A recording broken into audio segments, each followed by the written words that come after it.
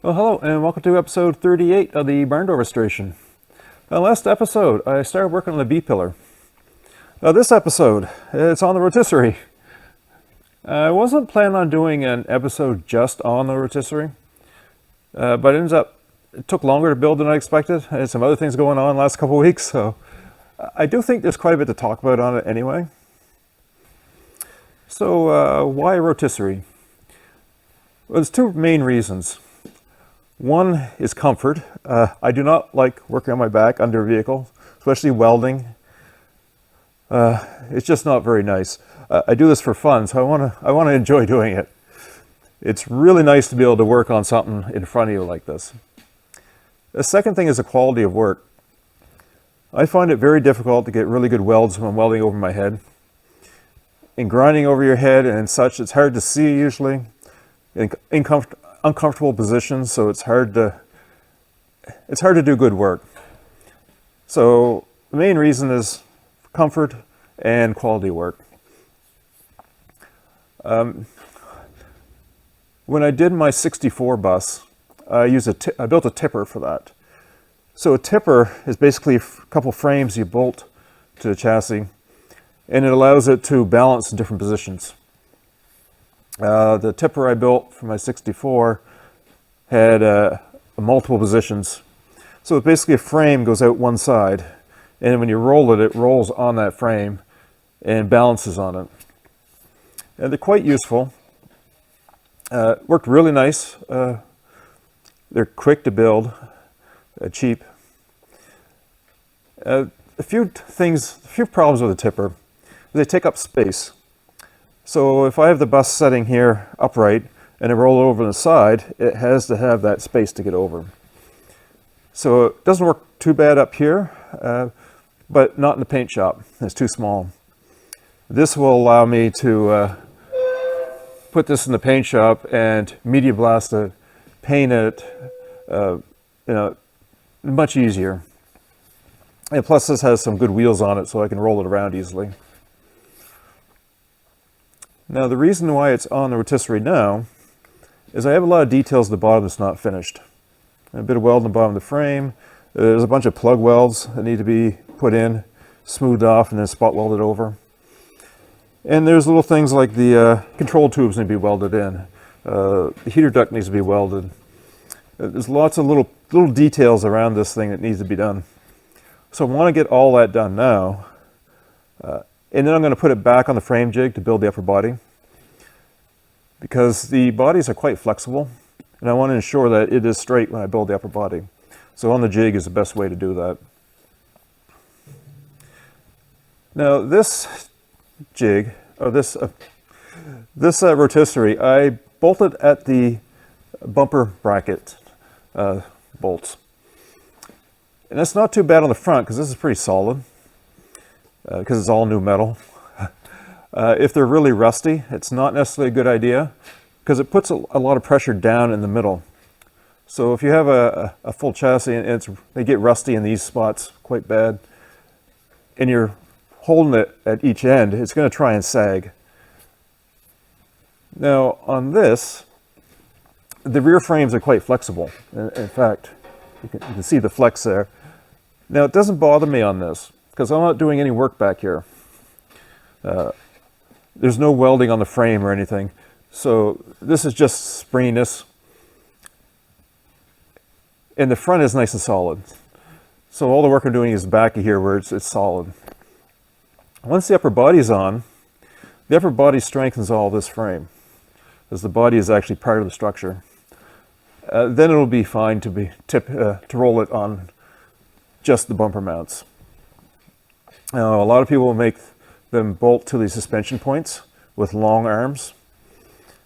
And if you have a rusty bus, that's the best way to do it, because you're basically supporting it where it would normally be supported. But it's quite a bit more work, and you have these big brackets in the way. And I have stuff to do here. I don't really want these big brackets there, and I don't need to have the support there on this. So building these, I used mostly stuff I had kicking around. So this is old water pipe. It had a little surface rust on it, but it wasn't bad. It's still nice and thick. Casters that were used off of something. The 3/16 plate, and the 2x2 tube, I had to buy that, and that's 3/16 wall also.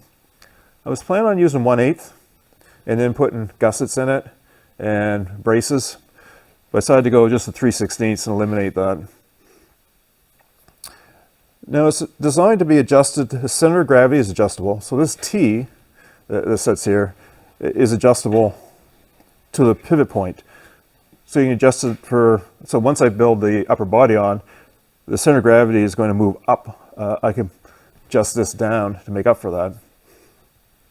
And then the pivot point is adjustable up and down, so I can raise it and lower it. Now with the center of gravity being so low, when I roll it over, it's very close to the floor, so I had to raise it up.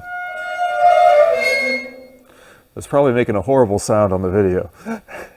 I was going to grease the pivot points, but I forgot when I put it together, but I guess it doesn't really matter that much. So once the body's on and adjusted for the higher center of gravity, it'll actually, when it rolls over, it'll be higher in the air, so it'll clear. So this is designed to work well for a complete bus body. And of course, anything smaller than that will work fine. I also left the open in the ends here where the bars come forward with the casters on them. I left it open in between. And that's so the roof will spin around in there. Not a big deal in the front because the windshield tips back. But on the rear, the roof is pretty square. So this will allow the drip rail to basically barely clear the floor and it still be able to spin in the back. It also clears the frame jig. Now this time I didn't want to disassemble the frame jig, so I pulled it up off of it and moved it out. But when I do it the next time, when it's all ready for paint, I will put the rotisserie on it and remove all the frame jig, and I can roll the frame jig out underneath of it. So I'm very happy with how this worked. I just got it set up a couple hours ago, so it was kind of a hope it works, and but yeah, I'm very happy with it. Again, sorry for the terrible sound, but it spins around quite nice.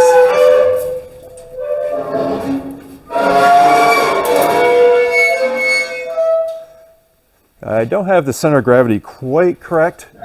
If I set it there, it rolls back some. But there's clamps on the ends to keep it from spinning, so I could just tighten it where I wanted to. I still have a few details to add to the rotisserie. It doesn't really matter now, but when I get the full body on it, there's some bracing I haven't added. And it needs to be some a ring on the ends of the pivots to keep it from sliding out. And a few other little details. But it's good enough for now because this is fairly lightweight. So I guess that about wraps up this video. Keep watching for some video of building these rotisserie. And also a video of me getting it off of the frame jig and onto the rotisserie. I wasn't sure how that was going to go, but it actually went really well. At least this is quite light, so it makes it easier. But yeah, I need to find a little bit less sketchy way of lifting it instead of using the block of wood and the jack. But I'll figure that out at some point. But no, I'm quite happy with how it worked. Drawings for this. I uploaded the drawings for the rotisserie to GrabCAD, and there's a link in the description for all the CAD files. The drawings aren't really full construction drawings. Some of the parts are. Some of it's just dimensions. So it was basically what I did to build it. So someone could use it to copy parts of it or get an idea of the size. Anyway, the drawings are uploaded if anybody wants them. Next episode, it's going to be finishing off all the details in the bottom of this thing. There's a lot of little stuff, little welds that haven't been done yet, and there's some straps that go on, a few little pieces here and there. So that's the next episode. Thanks for the comments, appreciate them, and thanks for watching.